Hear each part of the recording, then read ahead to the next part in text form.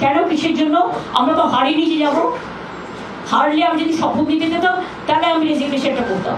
এখন তো question doesn't arise. জোর করে দখল করে যদি কেউ মনে করে যে আমি কি রেজিগনেশন দিতে হবে, नो नॉट दैट।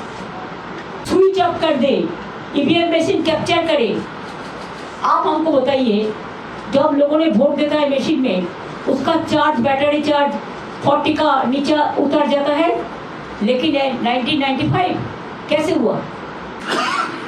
ওরা এমনি জিতলে আমার কোনো অভিযোগ থাকতো না, জিততেই পারে, নির্বাচনে হার জিত আছে, কিন্তু সেটা তো নয়।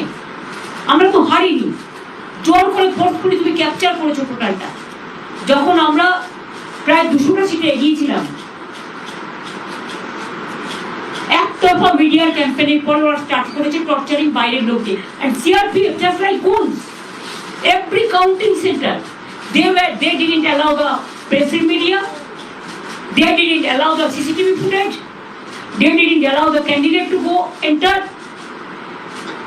How they misbehave, we don't have any respect for them. I'm sorry.